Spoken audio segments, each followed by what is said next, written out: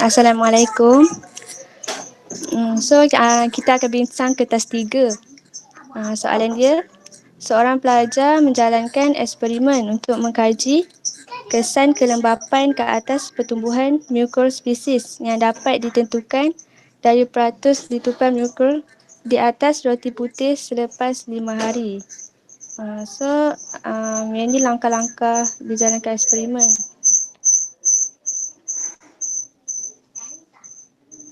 Okey. Lepas tu dia suruh kira jumlah luas permukaan tumpuk. Yang ni dia dah kasih contoh. Dia kasih contoh sini 1 cm kuasa 2. So yang ni kita kira. Macam mana nak kira dia? Tumpuk ni kalau dia kena penuh kotak tu, memang dia akan kira. Lepas tu kalau tumpuk tu kena separuh daripada kotak, dia akan kira juga. Ataupun lebih daripada, tumpuk tu kena lebih daripada separuh kotak. So yang ni 2. Jawapan dia 2 sebab kotak yang ni dia tak kira tau. Sebab dia tak sampai setengah pun. Faham tak macam mana nak kira dia? Faham. Okay. So ni jawapan dia 2. Lepas tu yang ni 10. Yang ni 26. Okay. Lepas tu pemerhatian dia. Pemerhatian pertama, apabila isi padu air 2 ml, jumlah luas permukaan tumpuk mikrospesies ialah 2 cm kuasa 2. Lepas tu pemerhatian kedua, apabila isi padu air 5 ml, jumlah luas permukaan tumpuk mikrospesies ialah 26 cm kuasa 2. Okay, so inference dia, yang pertama, jumlah luas permukaan tumpuk mikrospesies paling sedikit kerana roti berada dalam keadaan kurang lembap. Lepas tu inference kedua, jumlah luas permukaan tumpuk mikrospesies paling banyak kerana roti berada dalam keadaan sangat lembap untuk pertumbuhan mucor. Okay. Lepas tu pemboleh ubah. Pemboleh ubah dimanipulasi isi padu air. Menggunakan isi padu air yang berbeza. Lepas tu pemboleh ubah bergerak balas jumlah luas permukaan tumpuk mikrospesies. Mengira dan merekod jumlah luas permukaan tumpuk mikrospesies dengan menggunakan kertas grid. Lepas tu pemboleh ubah dimalahkan masa yang diambil. Menetapkan masa yang diambil selama 5 hari untuk melakukan pemerhatian. Okey. Lepas tu hipotesis. Hipotesis dia, semakin bertambah isi padu air, semakin bertambah jumlah luas permukaan tumpuk mikrospesies. Okey. Lepas tu dia suruh bina jadual. Jadual dia mesti ada isi padu air, jumlah luas yang diliputi oleh kulapuk selepas 5 hari. Lepas tu peratus litupan dia. Peratus litupan dia, dia dah kasih formula. So nak kira dia pakai formula tu je. Jawapan dia sama je. 2, 10 dan 26. Okey tak? Faham tak? Okey, faham. Okey. Lepas tu dia suruh lukis graf. Graf isi padu air melawan peratus litupan oleh mikrospesies. So graf dia graf dia dah kebentuk macam ni. Graf carta bar. So paksi Y dia peratus litupan oleh mucor. Paksi X dia isi padu air. Tu dia bentuk macam ni lah, dia akan menaik carta bar ni. Nanti ada plotkan lah. Plotkan lepas tu okey. Okey.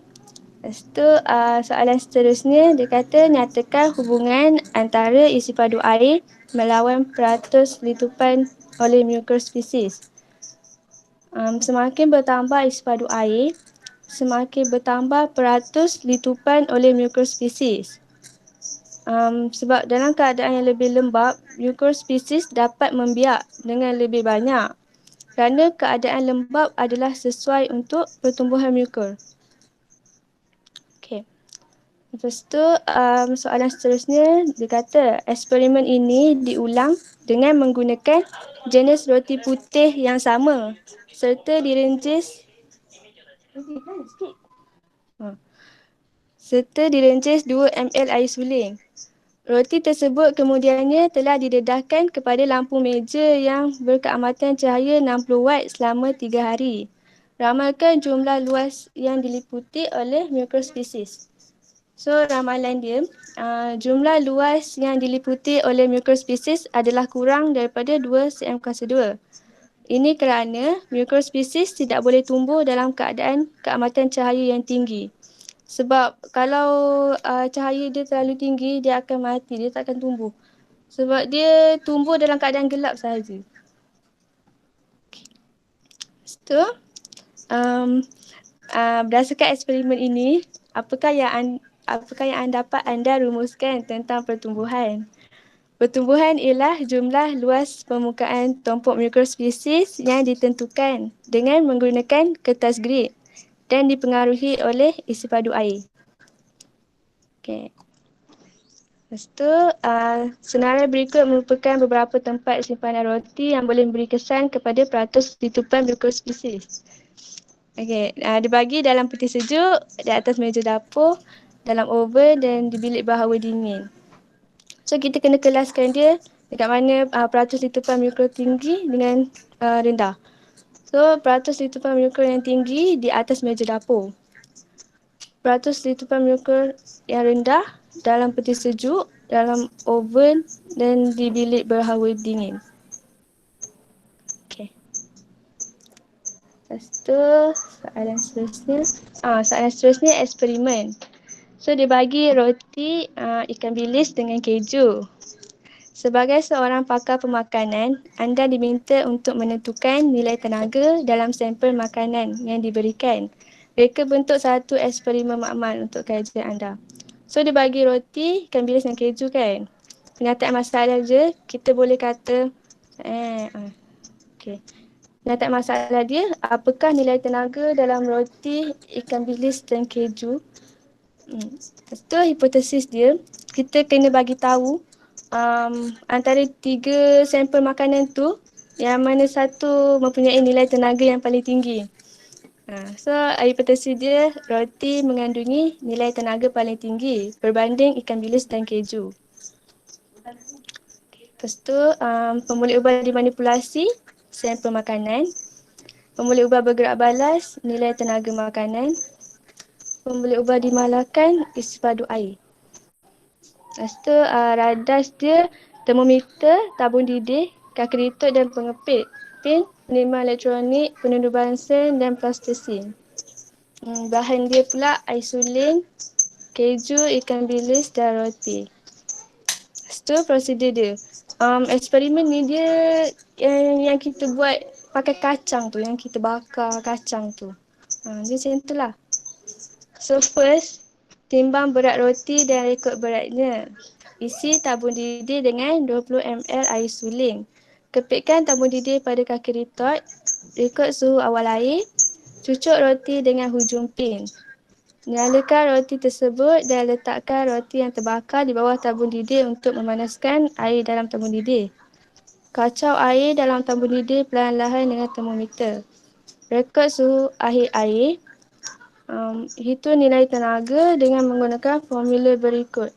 So formula dia muatan haba tentu air darabkan dengan jisim air, darab kenaikan suhu, bahagikan dengan jisim makanan.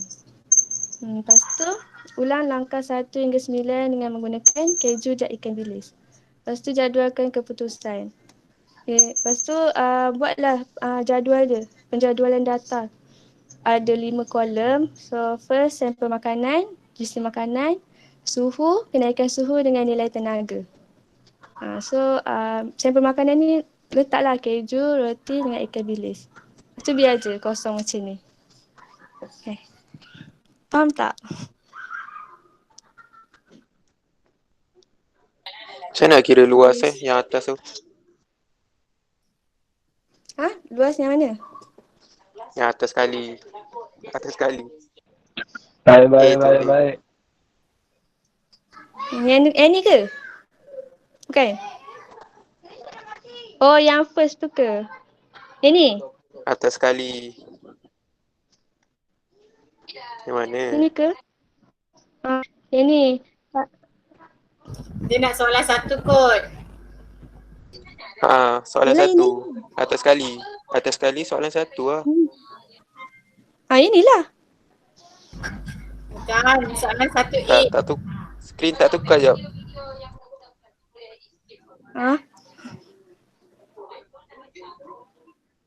Oh, kenapa dia tak tukar? Yang roti. Sekejap cikgu, macam jam je ni.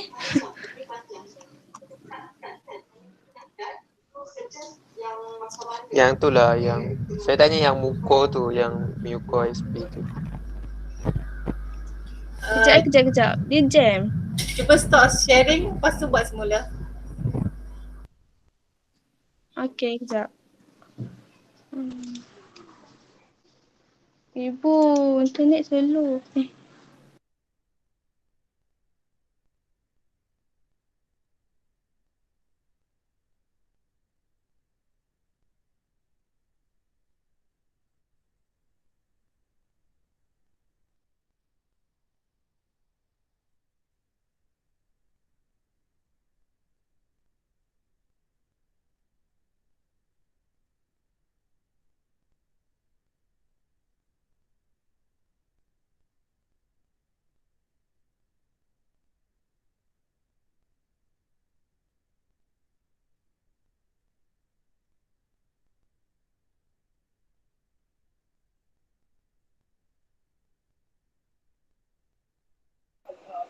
Oi.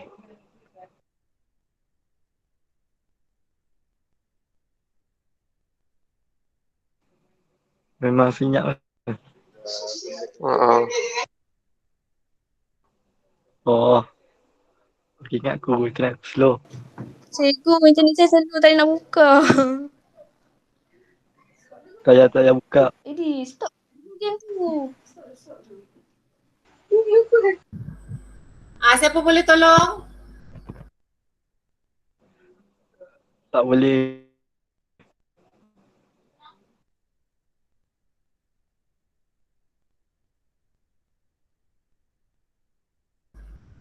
Okay, Aisyah dah buka dah tu.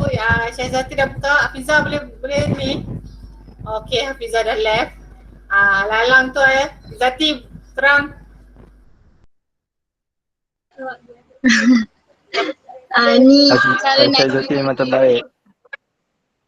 tadi Kak Hafizah kata tadi dia kita kira petak yang sama ada penuh ataupun lebih daripada separuh je. Kalau contoh yang first ni A ni luas dia kalau dia ada satu petak je yang penuh, lepas tu tak ada petak yang lebih daripada separuh. So 1 cm kuasa 2 je sebab satu dan satu. Faham ke? Lepas tu kalau yang macam ni ada 2 kotak, satu kotak yang penuh, satu kotak yang lebih separuh. Yang lain tu tak lebih pun. So dia punya Tapi macam boleh 3 je. macam boleh tak, dia memang macam kan cikgu ada ajar yang pakai pembaris tu. Dia bukan style dia campur-campur, dia tak ada. Oh tak kisah Dia nampak dia separuh atau penuh. Dia kena ambil lah. yang sama ada full ataupun lebih daripada separuh. Yang lain tu dia je. Dapat ke? Kalau macam ni pun sama. Yang ni ada Okey. Baik, mantap. satu je. Yang saya cakap tadi.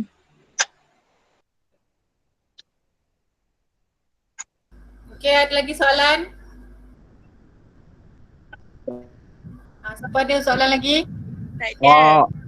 Okay. Presentation seterusnya siapa? Saya. Cepat. Midat, jangan lupa ya hari Sabtu ya. Jangan aja kan kamu tidur. Nampak ke? Ya. Kalau Midat Baik, tapi Midat. Nasrul. Nampak ke? Video Nampak ke? gak nampak apa? Tak nampak Eh, Aisyah. tak Risa, ada. benda Risa. Sekejap.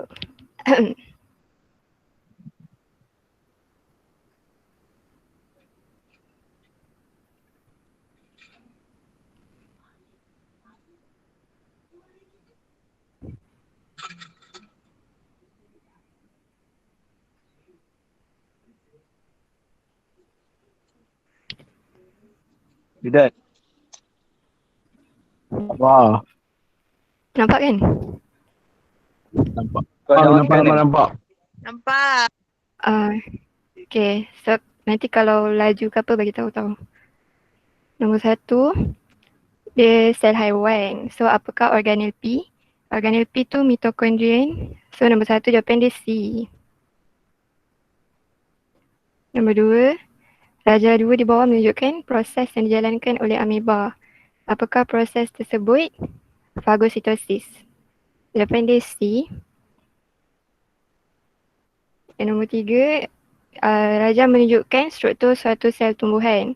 Antara yang berikut yang manakah benar mengenai X? X tu membran plasma, so dia separated lobe. Jawapan nombor 3 A. Nombor 4, antara maklumat berikut yang manakah benar bagi perbezaan di antara sel tumbuhan dan sel haiwan? So kalau sel tumbuhan dia ada vakuol, sel haiwan tak ada vakuol, so jawapan dia D. Nombor 4 Jawapan dia D.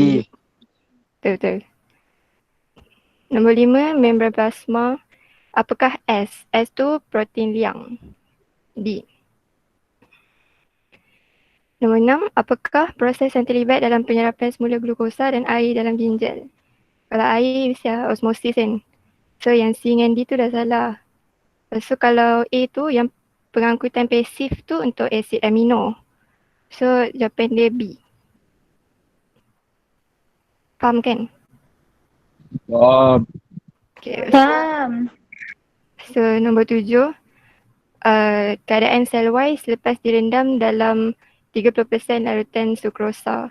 Antara berikut yang manakah menunjukkan keadaan sel Y selepas direndam dalam air suling? Yang 30% larutan sukrosa tu kan dia hypertonik, so sel tu jadi flaccid macam kat Raja 5 ni. Lepas tu air suling tu dia hypotonik, so bila masuk dia jadi segah. Ni nombor 8. Apakah jenis molekul ini? Yang ni molekul untuk asid amino. Jawapan dia C. Nombor 9, apakah bentuk simpanan tenaga bagi kebanyakan haiwan? A. Lemak. Lepas tu, nombor 10, persamaan berikut menunjukkan pembentukan disakarida daripada monosakarida. Apakah X, Y, Z? So yang X tu fruktosa, yang yang Y tu maltosa. Glukosa kondensasi dapat maltosa dengan air. Lepas tu glukosa dengan galaktosa dapat laktosa dengan air. Dan E.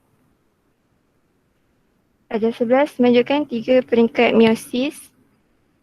Yang manakah antara berikut memperihalkan kromosom dalam peringkat H? Yang H ni metafasa 1. Sebab yang tengah ni anafasa 1, yang bawah tu telur fasa 1. So dalam metafasa 1, kromosom menyusun dalam satu barisan di antara dua kutub sel. So 11D. Nombor 12, darjah 8 menunjukkan suatu peringkat meiosis dalam sel haiwan. Ni anafasa 1. Manakah di antara pernyataan berikut benar tentang sel tersebut? Jawapan dia B, sel tersebut mempunyai 4 kromosom semasa interfasa. Darjah 9 menunjukkan kromosom satu sel induk antara berikut. Yang manakah sel anak yang terhasil selepas sel tersebut mengalami meiosis? Nombor 13A. Lepas tu yang ni kita sel. Pada peringkat manakah berlaku pengumpulan tenaga? Pengumpulan tenaga berlaku kat G2, so 14B. Jadual 1 menunjukkan jisim beberapa nutrien yang didapati dalam 100 gram 4 jenis makanan yang berlainan. Makanan apakah yang terbaik untuk mengelakkan penyakit riket dan scurvy? So, kalau penyakit riket nak elakkan kita kena ambil sama ada kalsium atau vitamin D. Scurvy kena ambil vitamin C lah kalau nak elakkan. So kenapa nak elakkan riket ambil telur, sebab telur dia punya vitamin D paling tinggi jumlah dia. Lepas tu kalau scurvy ke kacang kan. Ke kacang dia ada vitamin C, yang lain tak ada. So jawapan dia D lah. Nombor 16, sajian manakah paling baik untuk merangsang peristalsis dalam saluran alimentari? Kalau peristalsis mestilah kena ada pelawas dia kan, kena banyak. So jawapan dia D sebab itulah pelawas dia 22. Lepas tu soalan 17, sistem pencernaan. Apakah peranan cecair yang dihasilkan oleh bahagian 1 dan dirembeskan ke dalam bahagian 2? Bahagian 1 ni pankreas, yang 2 ni duodenum. So cecair dia jus pankreas. Dalam jus pankreas ada amylase pankreas kan. So bolehlah lengkapkan pencernaan kanji kepada maltosa. Jawapan dia D.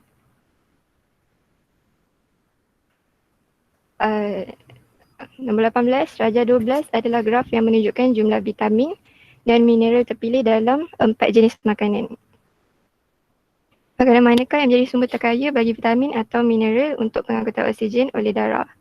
Jawapan dia telur sebab dia dalam ferrum dia tinggi. So kalau ferrum ni dia untuk pembentukan pigmen hemoglobin untuk angkut oksigen.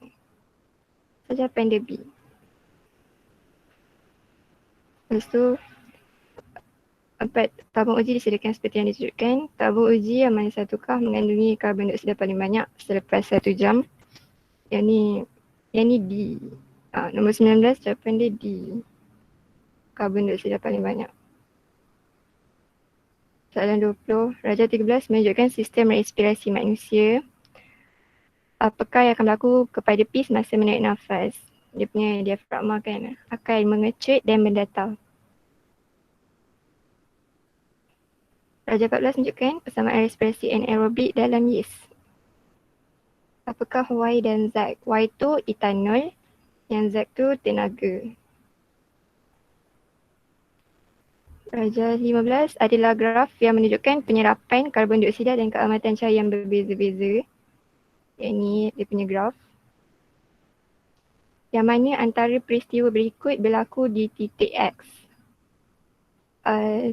C, 1, 2 dan 4. 1 tu kadar fotosintesis sama dengan kadar respirasi. Lepas tu gula yang dihasilkan semasa fotosintesis digunakan dalam respirasi. Terdapat oksigen berlebihan untuk tumbuhan. Nombor 23, ni peringkat dalam kita nitrogen. So apakah J antara nitrit dengan nitrat tu? J tu adalah bakteria penitritan. Nombor 24, penyataan berikut merupakan interaksi antara beberapa jenis organisma. Interaksi apakah yang ditunjukkan oleh pernyataan tersebut? Jawapan dia mutualism sebab yang rhizobium tu dia hidup dia dapat perlindungan daripada nodul akar tumbuhan. Lepas tu nodul akar tumbuhan legum ni pula, rhizobium ni dia ikat nitrogen yang ada di atmosfera jadi sebatai nitrat. Lepas tu nanti nodul akar tumbuhan legum tu dia serap. Untuk umang-umang dan buran laut ni tahulah kan, sebab umang-umang tu dia dapat perlindungan, lepas tu buran dapat sisa makanan, pengangkutan. Lepas tu kalau bakteria dengan perut lembu ni, bakteria ni ada dekat rumen. Dia hasilkan enzim selulis untuk uraikan selulosa. Lepas tu sebahagian daripada hasil penguraian tu nanti bakteria akan serap. Tu masing-masing dapat manfaat. Sebab itu jawapan dia mutualism. Laju sangat ke? Takkan. Okay. Lepas tu Raja 17 menunjukkan proses pengkolonian dan sesaran dalam kolam. So dia nak urutan proses yang betul. Jawapan dia C, S, P, R, Q. S, P, lepas tu R, lepas baru Q. Mantap. Yang Q tu last sekali jadi hutan prima lah. Soalan 26. Sebagai panel ahli jabatan kuasa Persatuan Sains, anda perlu menyampaikan taklimat kepada ahli lain tentang kepentingan pemeliharaan dan pemuliharaan biodiversiti. Pada pandangan anda, antara yang berikut yang manakah benar tentang perkara tersebut? So, yang lain tu memang tak ada kena-mena pun. So, jawapan dia C, untuk mencegah kehilangan flora dan fauna. Lepas tu, ni pasal penipisan lapisan ozon. Urutan yang manakah betul? So, mula-mula dia CFC akan terbebas daripada penyaman udara. Lepas nanti senaran ultra ungu dia uraikan molekul CFC. Lepas tu baru atom klorin menguraikan molekul ozon. So, berlakulah penipisan lapisan ozon. So, dari P, R, Q. Jawapan dia D. Nombor 28 ni menunjukkan satu tasik yang terletak berdekatan kawasan pertanian. Apakah organisma P dan kesannya kepada tasik itu? Yang ni tengok dekat skema jawapan dia B, tapi saya pun tak tahu. Cikgu, tolong. Cikgu. Ya. Kenapa jawapan dia B? Kenapa jawapan dia nombor B? Saya rasa kan. Saya tak tahu. Saya rasa D kot. Laba makanan kepada ikan. Ada siapa-siapa ada jawapan yang lain daripada tu? Ada ke? Ada siapa-siapa ada Ada. jawapan? Tak ada. Tak tahu. Ada. Mungkin. Semua setuju? B tu benda pun tak tahu. Saya jawab D. Semua setuju D? Setuju. Kat Raja tu dia tulis Dia tunjuk ikan. P kan? Dia tunjuk P, dia tunjuk ikan kan? Ya. Okay, so jawapannya D ya. Okay, so ni salah jawapan dia D. Okay, lepas tu nombor 29. Cara manakah yang dapat mengurangkan pencemaran? Jawapan dia C, guna lampu yang berjimatkan tenaga. Nombor 30, Rajah 19 menunjukkan keratan membujur suatu vena. Apakah peranan X? Suatu injap yang X tu mestilah untuk mengelakkan pengaliran balik darah. B. 31, antara keterangan berikut yang manakah benar tentang sel-sel darah? Jawapan dia B. Platelet tanpa nukleus dan terlibat dalam mekanisme pembekuan darah. Yang lain tu nak kena explain ke kenapa bukan ke? Okey. Nak Okey. okey je kan? Okey. Okay.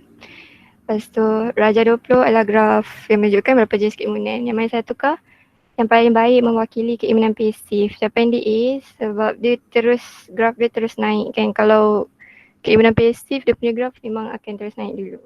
So, jawapan dia A. Seorang murid terpijak paku besi karat semasa bermain bola di padang. Apakah rawatan yang harus diberikan? So jawapan dia D, suntikan vaksin anti-tetanus. Sebab kalau luka tu kan dah terpijak paku besi. So nanti bakteria boleh masuk kat badan dia. Bakteria yang masuk tu, yang melalui luka tu akan menyebabkan kancing gigi tau. So vaksin anti-tetanus ni untuk cegah kancing gigi tu lah. Vaksin ke serum?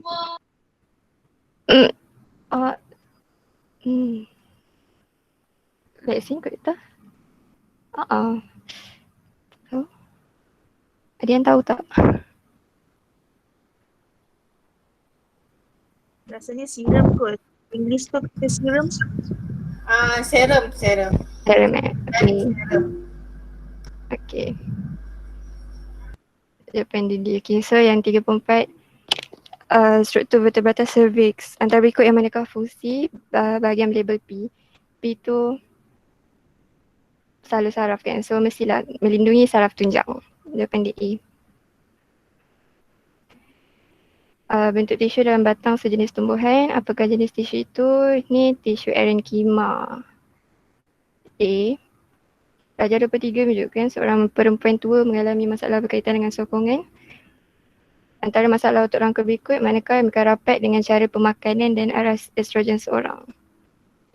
Untuk ini 36, jawapan dia B, osteoporosis. Lepas tu ni synapse. Apakah bahan X? Bahan X adalah neurotransmitter. Lepas ni, lintasan saraf dalam arka refleks sentakan lutut.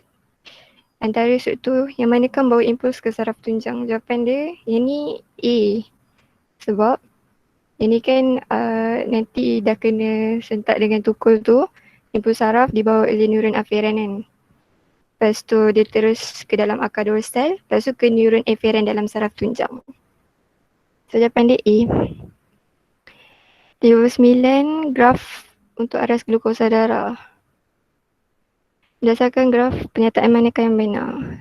Ini jawapan dia, hormon X yang ni merendahkan aras glukosa darah. Tengok graf pun boleh tahu kan. So jawapan dia A. 40, hormon tumbuhan manakah merangsang pemasakan buah? Yang ni C, etilena. Antara berikut yang manakah menempel pada endometrium di uterus? Jawapan dia C. Yang ni, yang A ni time hari kedua, B tu hari keempat, C ni hari ke-6, D ni hari ke-3. So proses penempelan berlaku dekat hari ke-6. Jawapan dia C. Antara peringkat meiosis berikut yang manakah menyumbang kepada pengekalan bilangan kromosom dari satu generasi ke generasi berikut? Yang ni jawapan dia C. Yang ni kan kromatik dia, kromatik kembar dia membahagi. So itulah 42C. 43 ni pasal rawatan perubatan IVF. So IVF satu teknik perubatan untuk membantu seorang wanita mengandung. Rawatan FSH, FSH ni disuntik pada hari ke-10 hingga 12 hari untuk 10 ke 12 hari ke dalam badan wanita yang mandul. So mengapakah suntikan FSH diperlukan? Jawapan dia B, untuk merangsang perkembangan lebih banyak folikel. Antara trait-trait berikut yang manakah digunakan dalam eksperimen Mendel? D, ketinggian pokok. Raja 27, struktur unit asas bagi makromolekul kompleks. Ini apakah unit asas dan makromolekul kompleks tu? Unit asas dia nukleotida, makromolekul kompleks dia asid nukleik. So jawapan dia D. Lepas tu, soalan 46. Gambar Raja 28 menunjukkan kariotip seorang lelaki yang mengalami sejenis penyakit genetik. Apakah penyakit genetik tersebut? Jawapan dia sindrom Down. Sebab dia punya pasangan ke-21 tu ada lebih satu kromosom. So, sindrom Down lah. Alel bagi rambut kerinting pada manusia adalah dominan terhadap rambut lurus. Seorang perempuan yang berambut kerinting adalah heterozygot manakala suaminya mempunyai rambut lurus. Apakah kebarangkalian untuk mendapat anak yang berambut kerinting? Jawapan dia 50%. B. Nombor 47 jawapan dia B. 48. Raja di bawah ialah graf yang menunjukkan taburan untuk trait tertentu dalam manusia. So yang manakah diwakili oleh raja itu? Yang ni kan graf untuk variasi selanjar. Dipengaruhi, kalau selanjar kan dipengaruhi oleh gen dengan persekitaran kan. Lepas tu dia juga kuantitatif. So saya setapak kaki lah. Jawapan dia D. 49. Seorang budak perempuan menghidap penyakit anemia sel sabit. Apakah yang menyebabkan penyakit ini? Jawapan dia B. Perubahan struktur gen. Gen ni gen yang terlibat dalam sintesis hemoglobin lah. Soalan 50. Ini sejenis mutasi kromosom. Apakah jenis mutasi ini? A. Pelenyapan sebab dia kehilangan gen. Yang ni kan ada B. Yang ni tak ada. So habis lah. Ada soalan lah. Okey ke? Laju sangat.